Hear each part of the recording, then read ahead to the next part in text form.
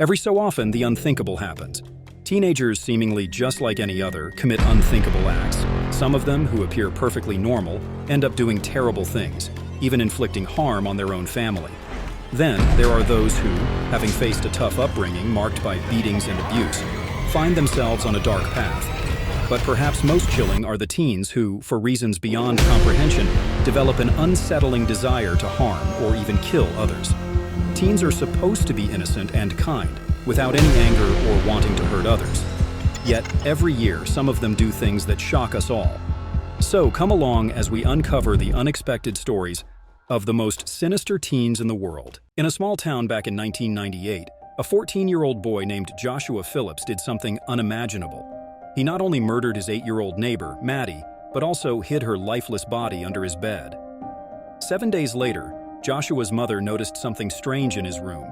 Something was leaking from beneath his bed, and it was as if the truth was trying to come out. So Joshua, in a state of panic, told his mother. He claimed that he accidentally hit Maddie in the eye with his baseball bat, causing her to scream. Frightened and not knowing what to do, he brought her to his home, where he hit her again and then did something even more horrifying. He stabbed her 11 times. Joshua's story didn't convince the jury in Florida. They believed he was guilty of first-degree murder, a very serious crime. As a result, Joshua got a punishment for adults, like he was an adult himself. But the surprising part is that his mother is still trying to change that and make it different. With that, let's move on to our next teen. On April 14, 2013, a 15-year-old named Daniel William Marsh invaded the home of Oliver Chip Northup Jr. and Claudia Moran.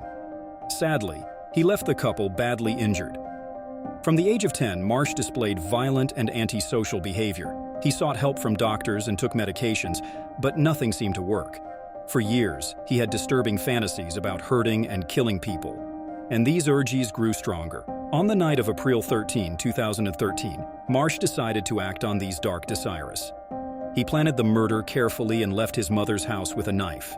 Inspired by serial killers like Ted Bundy, he dressed in black, wore a mask, taped his shoes, and used gloves to avoid leaving any evidence. Between 2 and 3 a.m. on April 14th, he entered Northup and Moran's home through an open door. Marsh entered their bedroom and watched the couple sleep for about 10 minutes, planning how to kill them. When Moran woke up and screamed, Marsh attacked her with a knife and then stabbed Northup to death. He continued to stab them even after they died and went further, by dismembering their bodies. Before leaving the crime scene, he placed a cell phone in Moran's abdomen and a glass cup in Northup's abdomen. The investigation couldn't find any evidence due to Marsh's careful planning. During the day of April 14th, Marsh bragged about the murders to his friends and even showed them the bloody knife he used. His friends reported him to the school authorities, leading to his interrogation. After initially denying the crimes, he eventually confessed, calling it the most exciting thing he'd done. Marsh went to trial in September 2014 at the age of 17. He pleaded guilty by reason of insanity, but a psychiatrist diagnosed him as mentally ill but sane. He received a life sentence with the possibility of parole after 52 years, although California law might allow him to seek parole after 25 years. On a seemingly ordinary Monday, back in 1979, a 16-year-old girl named Brenda Ann Spencer used a rifle to hurt 8 children and a police officer at Cleveland Elementary School in San Diego. Even more tragically, she killed the school's principal, Burton Ragg, and the custodian, Mike Suchar. What's really astonishing is that the school was right across the street from her own house, and she had received that very rifle as a Christmas gift from her father. Now here's the part that's hard to believe. When she was finally asked why she did this terrible thing, Brenda just shrugged and said, "I don't like Mondays. This livens up the day." She went on to say, "I had no reason for it, and it was just a lot of fun. It was just like shooting ducks in a pond," and she even compared the children to a herd of cows.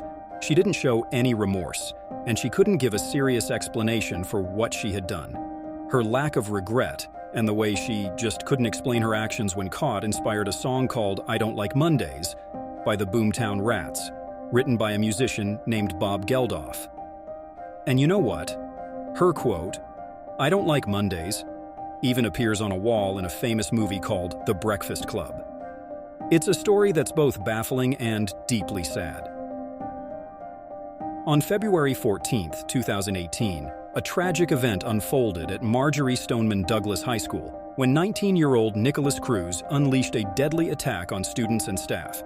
He took the lives of 17 people and left 17 others injured. Cruz was a former student of the school, which unfortunately made it easier for him to carry out this horrifying act. He managed to escape the scene by blending in with the terrified students. Cruz's troubled history began early in his life, with serious behavioral issues. As he grew older, his obsessions turned to guns and shooting. He also frequently shared hateful views on social media, including racism, homophobia, anti-Semitism, and xenophobia. As a child, Cruz was diagnosed with ADHD and oppositional defiant disorder, leading to frequent school changes. In 2014, he was placed in a school for children with emotional or learning disabilities, where reports indicated his inclination to make threats against other students. Over time, Cruz's fascination with guns and violence escalated. He made concerning comments about shooting up establishments. In February 2017, he legally purchased an AR-15-style semi-automatic rifle, although he had already collected several other guns, including a shotgun and rifles. It was legal in Florida for an 18-year-old to own a gun at that time. Disturbingly, the sheriff's office had received numerous calls about Cruz between 2008 and 2017, some even from his own family. These calls warned of his threats to commit a school shooting, raising concerns about his potential for violence. In January 2018, a few weeks before the shooting, the FBI received a tip about Cruz's gun collection, erratic behavior, and desire to harm others, including his potential for a school shooting. Unfortunately, this tip was not fully investigated. After the tragic incident, Cruz was arrested and indicted in March 2018, facing 17 counts of first-degree murder and 17 counts of attempted first-degree murder. In November 2022, he was sentenced to 34 consecutive life sentences without the possibility of parole, one for each victim affected by the shooting. Last but not least, here comes Jesse Pomeroy, was 14 years old when he was arrested for the brutal murder of a 4-year-old kid in 1874. He rapidly earned his nickname, the Boston Boy Fiend. His evil journey had begun 3 years before with the sexual abuse of 7 other boys. Pomeroy was sentenced to a children's reform school for these acts, but he was freed early. Soon later, he harmed and murdered a 10-year-old girl who entered his mother's store. A month later, he kidnapped 4-year-old Horace Mullen, carried him to a marsh outside town, and nearly decapitated him with a knife. He was suspected because of his unusual appearance, he had a milky white eye, and previous awful actions. When shown the body and asked if he did it, he said casually, "I suppose I did." The girl was later discovered buried in his mother's cellar, and he confessed to both murders. He was found guilty and sentenced to death. Following a public outcry against the death penalty for children, his sentence was commuted to 40 years in solitary incarceration. So, which of these incidents, in your opinion, stands out as the most heart-wrenching and disturbing? Share your thoughts with us in the comments below, and don't forget to like and subscribe for more amazing videos.